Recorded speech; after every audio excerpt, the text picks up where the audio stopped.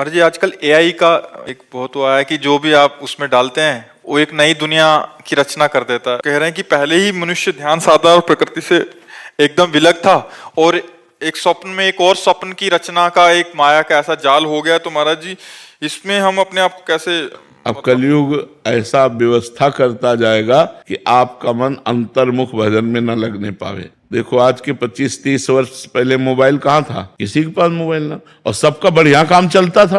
अब भला बिना मोबाइल के काम चल सकता है? कैसा फांस लिया कलयुग ने, सबके पास मोबाइल, चाहे संत हो, चाहे रिक्शा वाला हो, चाहे पदाधिकारी हो, चाहे किसान हो, किसी के पास भी हो, स्मार्ट के नीचे है ही नहीं, सबके मोबाइल।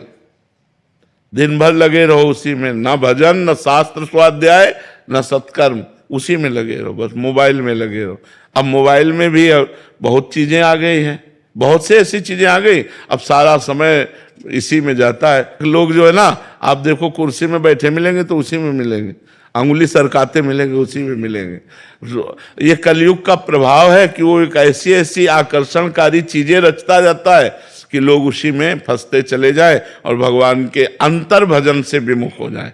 अंतर भजन, अब माला लिए हो, मोबाइल लिए, मतलब क्या माला चलेगा?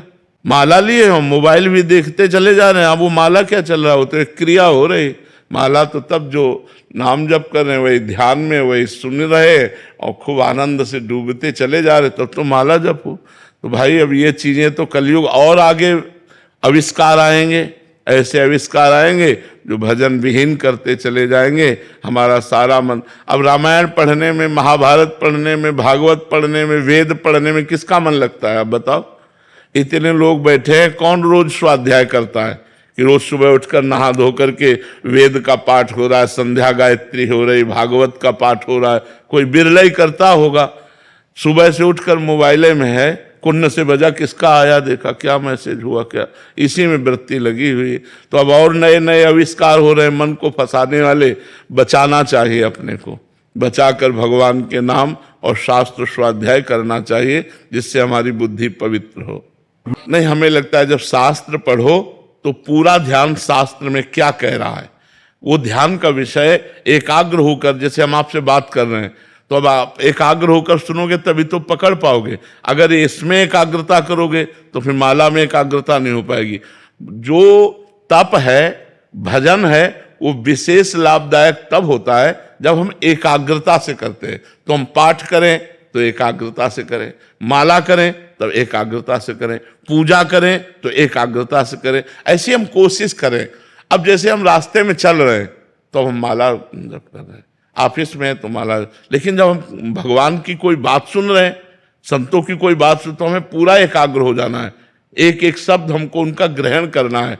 अगर हमें खाली समय मिलता है तो राधा राधा, नहीं तो हम पूरा समय उनकी बात में देते हैं, क्योंकि बड़ा दुर्लभ होता है, संत समागम बड़ा दुर्लभ होता है। तो ऐसे ही शास्त्र स्वाध्याय जब करें तो शास्त्र क्या कह रहा है ये हमारी पकड़ में तो आना चाहिए। अगर माला भी चलाते गए शास्त्र भी, तो ना माला में एकाग्रता है ना शास्त्र में, दोनों पूर्ण नहीं हुए। तो हमको एकाग्रता पूर्वक एक एक कार्य करना चाहिए। अब जैसे सांसारिक कार्य हैं, उनमें आप माला ले सकते हो कि सांसारिक कार्य करते हुए राधा राधा राधा अगर चल रहा है, काउंटर से भी चल रहा है, बहुत बढ़िया काम। लेकिन भागवतिक कार्य में अब ठाकुर जी की पूजा कर रहे हैं तो बस फिर उसी भाव से उनके चंदन लगा रहे हैं, उनको भोग लगा रहे हैं, आरती कर रहे हैं, एकाग्रता पूर्वक। अगर मन लगा के हम करेंगे तो ज्यादा लाभ मिलेगा।